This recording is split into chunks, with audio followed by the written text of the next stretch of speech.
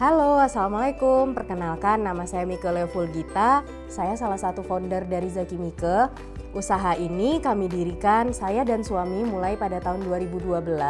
Awalnya berdiri, kami menjual berbagai macam produk, mulai dari sepatu bordir, sendal lucu, baju rajut, dan juga jualan jilbab. Tapi akhirnya pada tahun 2013 kami memutuskan untuk fokus di jilbab. Karena waktu itu permintaannya yang paling banyak adalah jilbab. Kami bahkan waktu itu sempat ekspor ke Malaysia. Nah, kenapa akhirnya fokus di jilbab? Karena di Jogja itu mudah sekali untuk mendapatkan bahan baku. Dan juga saya senang dengan menjahit. Akhirnya kami fokuskan tahun 2013 kami berjualan jilbab. Pangsa pasar kami itu fokus pada usia 18-35 tahun, yaitu biasanya mahasiswa, ibu muda, dan pelajar. Untuk modal awal itu saya dan suami masing-masing menyetorkan 3,5 juta. Tapi itu nggak langsung 7 juta, jadi secara bertahap kami menyetorkan modal masing-masing 3,5 juta rupiah. Akhirnya modal itu kami putarkan, keuntungannya tidak diambil, itu yang kita putarkan menjadi barang lagi, akhirnya berkembang. Karena di awal dulu kan saya sempat berjualan macam-macam. Ketika saya berjualan jilbab, orang-orang masih nanya sendal, masih nanya sepatu, masih nanya yang lain-lain. Sementara saya sudah fokus ke jilbab. Jadi harus konsisten ketika berjualan jilbab, carilah bisnis-bisnis sampingan tapi masih berhubungan dengan jilbab.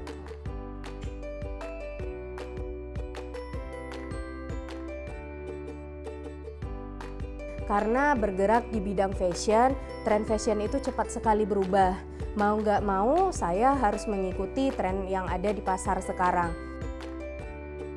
Ketika kita mengikuti tren, kita juga harus balapan dengan stok. Bagaimana kita mengikuti tren itu dan tidak terlalu banyak menumpuk. Ketika trennya sudah selesai, stok kita juga harus habis.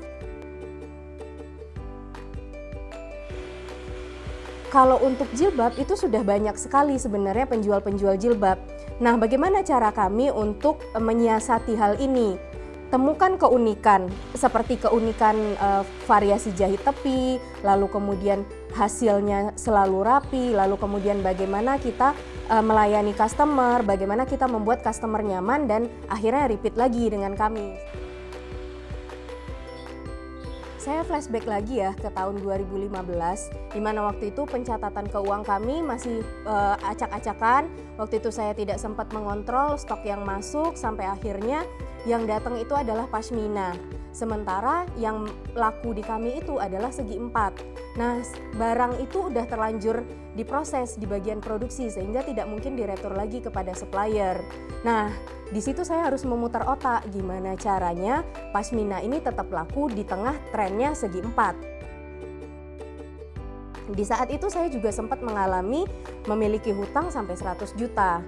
Walaupun waktu itu punya dead stock lumayan banyak, saya akhirnya berpikir kami masih punya mesin, kami punya penjahit, kami punya benang, akhirnya beralihlah ke jasa jahit.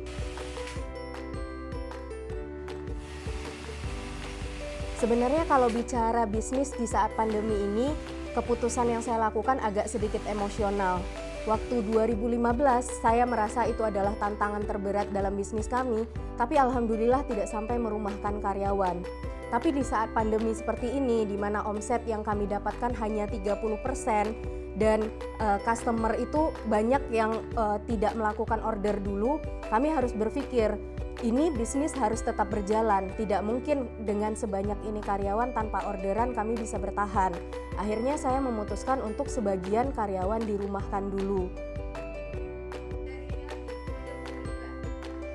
Ketika menghadapi pandemi ini, saya berpikir yang paling penting itu adalah punya dana darurat. Kita memang nggak tahu waktu itu pandemi ini mau seberapa lama gitu. Akhirnya kita mikir setidaknya kita bisa bertahan sampai 6 bulan ke depan.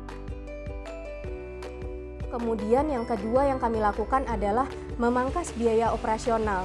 Jadi sebelumnya di setiap ruangan itu AC semua menyala. Ketika karyawan sebagian sudah dirumahkan, akhirnya pekerjaan kami fokuskan pada satu ruangan sehingga AC hanya perlu menyala di ruangan yang hanya dipakai saja.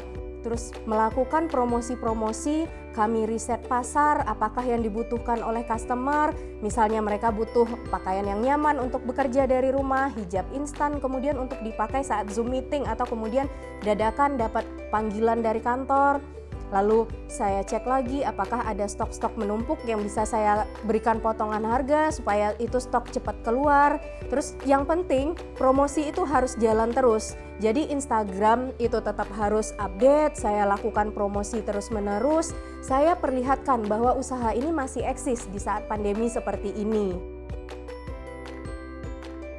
Untuk teman-teman UMKM, walaupun kondisi pandemi seperti ini, fokus pada satu hal. Tidak perlu takut berjalan lambat, asalkan tidak berhenti. Usaha kita harus tetap eksis, kita harus menunjukkan bahwa kita bisa menyesuaikan dengan kebutuhan pasar. Fokus temukan peluang-peluang, fokus tonjolkan kelebihan-kelebihan usahamu agar bisa tetap bertahan di saat pandemi.